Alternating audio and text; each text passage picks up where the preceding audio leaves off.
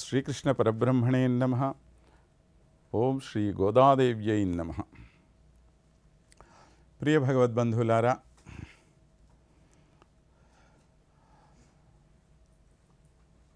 గోదాదేవి ఆండాళ్ అని చెప్పి పిలువబడేటువంటి భూదేవి స్వరూపంగా భావింపబడేటువంటి సాక్షాత్తు శ్రీస్వరూపిణి అయిన తల్లి మనందరి మీద ఉండేటువంటి ప్రేమాతిశయం చేత మానవులకి సన్మార్గాన్ని బోధింప చెయ్యాలి అనేటువంటి ఉద్దేశ్యంతో ఈ లోకానికి విచ్చేసి మనకు అనుగ్రహించిన దివ్య భవ్య గ్రంథరాజమే ఈ తిరుప్పావై అనేటువంటిది. అటువంటి తిరుప్పావైలో 4వ పాశురాన్ని నేడు మనం అనుసంధానం చేసుకుందాం. ఆరిమరై కన్నా ఒండు నీ కైకరవేల్ ఆழியுள் புக்கு முகந்து கொடார்த்தேரி ஒழி முதல்வன் உருவம் போல் மெய் கருத்து பாழியன் தொழுடை பத்மநாபன் கையில் ஆழிபோல் மின்னி வலம் புரி போல் நின்றதிந்து தாழாதே சாங்கமுழைத்த செரமழை போல் வாழ உலகினில் பெய்திடாய் நாங்களும் மார்கழி நீராட மகிந்து ఎలో ఎంబాయ్. మనం సాధారణంగా అనుకుంటూ ఉంటాం, ఏమండి ఎప్పుడు ఏంటో భగవంతుడిని స్మరించండి స్మరించండి అంటూ ఉంటారే, ఏమీ ఆయన్ని స్మరించకపోయినంత మాత్రాన మన జీవితం గడవదా? మనం బతకడానికి నిరంతరం ఆయన్ని స్మరించుకోవాల్సిన అవసరం ఉందా? ఇలాగ భావం చేస్తూ ఉంటాం మనం. కానీ భగవంతుణ్ణి స్మరించి ఆయన్ని ఉపాసించినటువంటి వాళ్ళకి కలిగే గొప్పతనం ఏంటో తల్లి మనకి ఈరోజు ఈ పాశురం ద్వారా అనుగ్రహిస్తున్నారు. ఎప్పుడైతే భగవానుణ్ణి నువ్వు నీకు ప్రియమైన వాడివిగా భావిస్తావో, ఎప్పుడైతే ఆయన శరణులోకి నువ్వు వెళతావో, అప్పుడు ప్రపంచం మొత్తాన్ని కూడా శాసించే ఒక ఉన్నతమైన స్థాయి నీకు వచ్చేస్తుంది.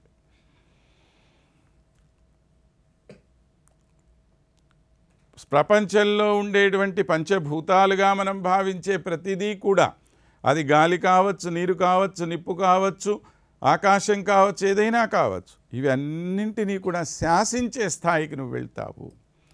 అలా శాసిస్తున్నది ఈరోజు వరుణదేవుణ్ణి తల్లి. ఆழிమరై కన్నాయా, వర్షం కురిసేటువంటి ఓ వరుణదేవుడా, నువ్వు ఎలా వర్షం కురవాలో చెప్తున్నది. ఆయన ఇష్టం వచ్చినట్టు ఆయన వర్షం కురుస్తాడు కదా, మనం చెప్తే కురుస్తాడా అంటే, నువ్వు అటువంటి స్థితిని పొందితే నిజంగా నువ్వు చెప్పినట్టే ఆయన కురుస్తాడు.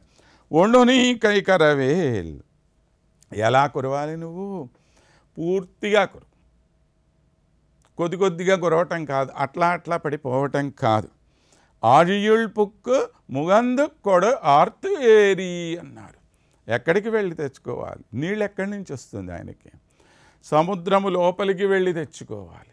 ఎక్కడికి వెళ్ళి? ఎక్కడో ఉండేటువంటి రోడ్డు మీద చిన్న చిన్న గుంటల్లో కాదు నీళ్లు తీసుకోవటము. సముద్రం లోపలికి మధ్యలోనికి వెళ్ళి బాగా చుచ్చుకొని వెళ్ళి అక్కడి నుంచి నీరు తీసుకొని పైకి రా అంటుంది. ఎవరికి చెప్తున్నది ఇదంతా? మనకు చెప్తున్నది తల్లి.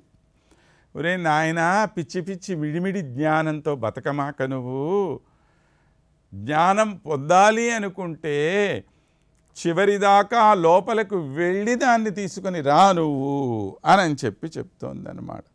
తస్మిన్ యదంతః తదుపాసితవ్యం అని చెప్పి అంటుంది మనకి ఉపనిషత్.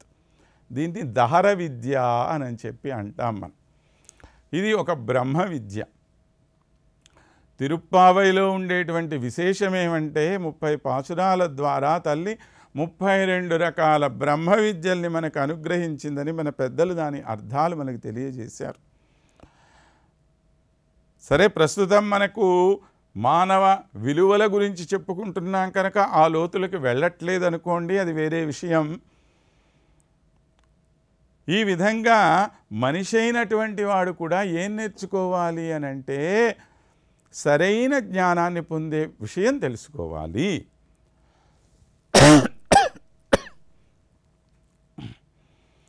దేని ద్వారా అయితే నువ్వు సరైన జ్ఞానాన్ని పొందగలుగుతావో అటువంటి దాన్నే పొందు, పై మిడిమిడి జ్ఞానంతో కాదు. ఈనాడు చూడండి, మనకి రకరకాలైనటువంటి విషయాల ద్వారా జ్ఞానం లభిస్తోంది. ఈ రోజులో నాలెడ్జ్ ఎక్వైర్ చేయటం అంటే చాలా సులభమైన విషయం. ఆ గూగుల్ అనో లేకపోతే సోషల్ మీడియా అనో లేకపోతే ఇంకో బ్లాగ్ అనో ఏదో ఒక దానిలో వచ్చేస్తోంది మనకి. కానీ వాటి అన్నింటిలో నిజమైన విషయం ఉంటుందా, ఇది మనం తెలుసుకోవాలి. అక్కడ చెప్పబడినటువంటి విషయం సరైనటువంటిదా కాదా అనేటువంటి విషయం మనం తెలుసుకోవట్లేదు. అందుకే తల్లి ఏం చెప్తోంది, మౌలికమైనటువంటి విషయాన్ని తెలుసుకో.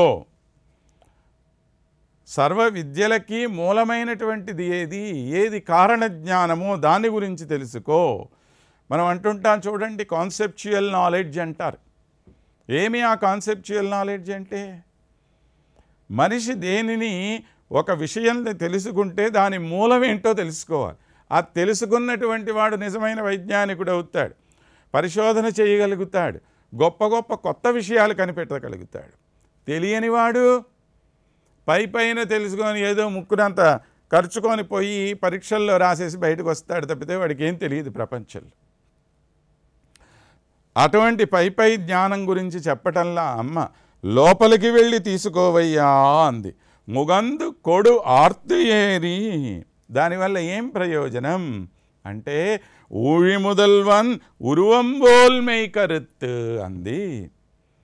ఏమంటోంది మళ్ళీ, అలాంటి నువ్వు ఆ నీలమేఘశ్యాముడు కదా శ్రీకృష్ణ పరమాత్మ, నల్లని శరీరం కలిగినటువంటి వాడు. ఇప్పుడు నీరు బాగా తాగితే మేఘమే అవుతుంది, నల్లగా తయారవుతుంది. కాబట్టి ఆ స్వామి శరీరంలాగా నువ్వు కూడా తయారవుతావు అని చెప్పి అంటోంది తల్లి మనకిక్కడ.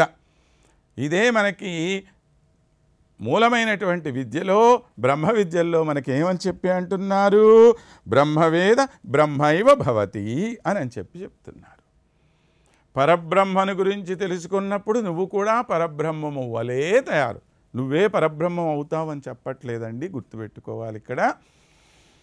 అటువంటి విధంగా తయారవుతావు. కాబట్టి ఒక గొప్ప నిజమైనటువంటి వాస్తవమైనటువంటి జ్ఞానాన్ని పొందేవాడివిగా నువ్వు తయారవుతావు. ఉరువంబోల్ మెయ్ కరెత్, అటువంటి ఒక శరీరాన్ని నువ్వు పొందినవాడివిగా అవుతావు. అంటే నువ్వు కూడా ఒక విశిష్టమైనటువంటి జ్ఞానానికి వారసుడివి అవుతావయ్యా. కాబట్టి విషయం లోతుల్లోనికి వెళ్ళి విషయాన్ని తెలుసుకునే ప్రయత్నం చేయి. పై మిడిమిడి జ్ఞానంతో ఏం ప్రయోజనం అండి? రత్నాలు దొరకాలంటే ఎక్కడికి వెళ్ళాలి? సముద్ర గర్భంలోకి వెళ్తే రత్నాలు దొరుకుతాయి, ఒడ్డును కూర్చుంటే నత్తగొల్లలు దొరుకుతాయి. కాబట్టి ఒడ్డును కూర్చున్నటువంటి వాడి జ్ఞానము అసంపూర్ణమైన జ్ఞానం. విషయం లోతుల్లోకి వెళ్ళి తెలుసుకున్నటువంటి వాడి జ్ఞానమే నిజమైనటువంటి జ్ఞానం అవుతుంది. అలా తెలుసుకున్నప్పుడు ఏమవుతున్నది మనకి, పాழிయంతోళుడై పర్బనాభన్ కయ్యల్ ఆజిపుల్ పోలి ఆజిపోల్ మిన్ని వలంపురిపోల్ నిన్రదిరిందు. ఇప్పుడు ఏమైంది, నువ్వు ఎప్పుడైతే భగవానుడి గురించి తెలుసుకున్నావో ప్రపంచమంతటా నీకు అదే కనపడుతుంది. నువ్వు తెలుసుకోలేనటువంటి విషయం అంటూ ఏదీ ఉండదండి ప్రపంచంలో. అప్పుడు అన్ని విషయాలు నువ్వు తెలుసుకోగలిగిన వాడివి అవుతావు. ప్రపంచంలో ప్రతి చోట భగవంతుడి యొక్క వైశిష్ట్యమే నీకు కనపడుతుంది. తిరుప్పావై చదవటం ద్వారా కూడా మనకి జరిగే లాభం అదే. ప్రతి విషయంలో కూడా భగవద్ దర్శనం చేయాలంటే తిరుప్పావై కావాలి మనకి. ఎలాగట అంటే స్వామి యొక్క చేతిలో శంఖము చక్రము రెండు ఉన్నాయి. పాంచజన్యం అనేటువంటి శంఖము, సుదర్శనం అనే చక్రం. ఈ శంఖంలో నుంచి వచ్చేటువంటి ధ్వని ఎలా ఉంటుందో అలాంటి ఉరుములు ఉరమాలిట. అంటే ఆ ఉరుముల్లో ఈమెకి ఏం వినపడుతోంది? భగవానుడి యొక్క శంఖధ్వని వినపడుతోంది. స్వామి చేతిలో ఉండేటువంటి సుదర్శనాయుధం ఏదైతే ఉందో దానిలో ఉండేటువంటి మెరుపులు ఎలా అయితే ఉన్నాయో అలాంటి మెరుపులు ఇక్కడ కనపడుతున్నాయి. ఆయన చేతిలో ఉండేటువంటి శాంగి అనేటువంటి ధనస్సులో నుంచి వచ్చే బాణాలు ఎలా అయితే ఉన్నాయో అలాగ వర్షపు చినుకులు పడుతున్నాయి. ఆ బాణాలు శత్రువులకి కష్టం కలగజేస్తే ఈ బాణాలు మనందరికీ కూడా సుఖాన్ని కలగజేస్తాయి. అంతే తేడా. శాంగముదత్త శరమిజై పోల్ వాడ ఉలహినిల్ పెయిదిడాయ్ నాంగళం మార్గజి నీరాడమహిందు. అలాగా ఆ ప్రణవార్థాన్ని నువ్వు పొందుతావు. ఆ శంఖధ్వని నుంచి వచ్చేటువంటిది ప్రణవం, దాని యొక్క అర్థమే యొక్క అర్థం. దానివల్ల ఏమవుతుంది? మనందరం కూడా కలిసి స్నానం చేద్దాం. ఈ కలిసి స్నానం చేయటం ఇంపార్టెంట్ అండి ఇక్కడ.